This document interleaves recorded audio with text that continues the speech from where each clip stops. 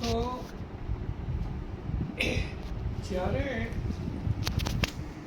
તમારો જન્મ થાય અને તમે જ્યારે પૃથ્વીની પ્લેટમાં આવો ત્યારે તમે રેડીમેડ પેકેટ લઈને જ આવો. તો તમારી પાસે પહેલી જે મેમ્બ્રેન છે ને એ મેમ્બ્રેન તમારા સેલમાં છે અને તમારી સેલ્યુલર બોડીની જે મેમ્બ્રેન છે, જે મેમ્બ્રેન તમારા સેલમાં છે, તે મેમ્બ્રેન છે ને એ મેમ્બ્રેન જો ખુલે તો તમે પૃથ્વીની પ્લેટમાં જન્મ લીધા તો કેટલા પિતાના પિંડમાં જન્મ લીધો એનું તમને સાફ સાફ નોલેજ થઈ જાય કે મેં કરોડો જન્મ લીધા.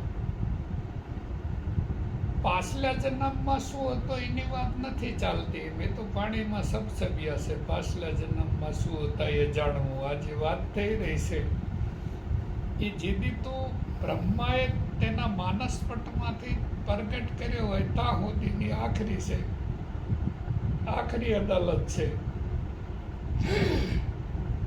તો કેટલા પિતાને ચૂન્યા છે તે અહીંયા કને પૃથ્વીમાં, એની ટોટલ મેમ્બ્રેન પડી છે સેલમાં. અને એના સાપેક્ષવાદમાં કેટલી માતાના ગર્ભમાં તે જન્મ લીધો તે ટોટલ મેમ્બ્રેન પડી છે કોશિકાઓમાં. અને બ્રહ્માએ તને જન્મ આપ્યો ત્યારથી અત્યાર સુધી મારી પાસે તું વર્તમાન સમયમાં બેઠો છે એની ટોટલ મેમ્બ્રેન છે પરમેનન્ટ મેમ્બ્રેન, ક્વોન્ટમ મેમ્બ્રેન. તો આખું પેકેટ લઈ અને તું પૃથ્વીની પ્લેટમાં આવી રહ્યો તો એમ રેડીમેડ એ આખું પેકેટ લઈ અને તું પૃથ્વીની પ્લેટમાં આવી રહ્યો તો અને સહી સલામત ઉતરી બી ગયો માતાના ગર્ભ સુધી. અને ગર્ભની અંદર રચના ચાલતી હતી પિંડે તત બ્રહ્માંડે. જે રચના બ્રહ્માંડમાં ચાલે છે તે જ રચના માતાના ગર્ભની મય ચાલી રહી છે. અને ત્યાં સુધી તો આખું પેકેટ રેડીમેડ લઈને જ ઉતરી રહ્યો છે, એમાં કોઈ શંકાને સ્થાન નથી. પછી જેવો 9 માસ અને 9 દિવસે જન્મ થયો તારો, તો 1 માસમાં એક સ્ટારે એક શરીર બનાવ્યું. 9 માસ ને 9 દિવસ પૂરા થયા એટલે 9 ઓર્બિટ પૂરી કરી અને તું જેવો જન્મ થયો તારો પૃથ્વીની પ્લેટમાં, અને તારો પેલો નાડો કાપવામાં આવ્યો. એટલે જન્મ અને મૃત્યુ અલગ અલગ ના હોય. જન્મ અને મૃત્યુ 1 રૂપિયાની 2 સાપ છે. એટલે જેવો તારો જન્મ થાય છે એની સાથે જ મૃત્યુ બી થાય છે. જન્મ અને મૃત્યુ એક જ સાથે ઘટે છે, અલગ અલગ નહીં. જન્મ અને મૃત્યુ એક જ સાથે ઘટે છે.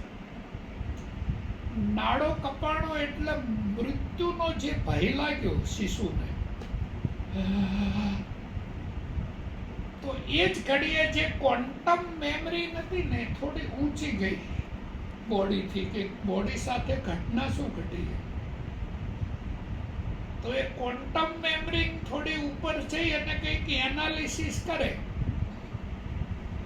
એ પેલા પેલો નાડો છે એને બંધ કરી દીધો સ્પાઇનલ કોર્ડને, ડોક્ટરોએ અમ્લકોડને. એટલે મેમ્બ્રેન આવી ખરી પણ અંદર જઈ ન શકી, તો હજુ બારની બાર આંટા મારે છે. અને હજુ તું પ્રશ્ન જ પૂછ્યા કરે છે કે આનું શું થાય, આનું શું થાય. બાકી તો તું આખું જે પેકેટ લઈને આવતો તો એ પૃથ્વીની પ્લેટમાં પ્રવેશ્યા પછી તારે એક પણ પ્રશ્ન કોઈને પૂછવાનો નતો, ન માતાને, ન પિતાને, ન ભાઈને, ન બંધુ સખાને, કે ના કોઈ ગુરુને, કે ના તારે કોઈ ધર્મને પાળવાનો હતો, કે ના તારે કંઠી પહેરવાની હતી કોઈ ગુરુની. રેડીમેડ બધું લઈને જ આવતો તો પરમેનન્ટ મેમરી.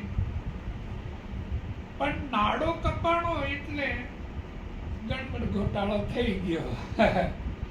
એટલે મેમરી આવી ખરી, પણ ફાઇનલ કોડ બંધ થઈ જવાના કારણે પ્રવેશી ના શકી પરમેનન્ટ મેમરી. તો હવે એ મેમરીને તારે પ્રાપ્ત કરવી હોય તો આજ્ઞા ચક્રને ખોલવું પડે. કારણ કે એક તો નાભીનું કનેક્શન રાઈટ છે પ્રકાશનો, અને એક આજ્ઞા ચક્ર છે. એટલે એક દરવાજો બંધ થાય તો બીજો ખોલવો પડે, અને જો આજ્ઞા ચક્ર ખોલી જાય તો પાછું તારું વેવ કનેક્શન છે એ ચાલુ થાય. અને જો વેવ કનેક્શન ચાલુ થાય તો જે ક્વોન્ટમ મેમરી છે એ ઇલેક્ટ્રોનિક તરંગથી બનેલી છે.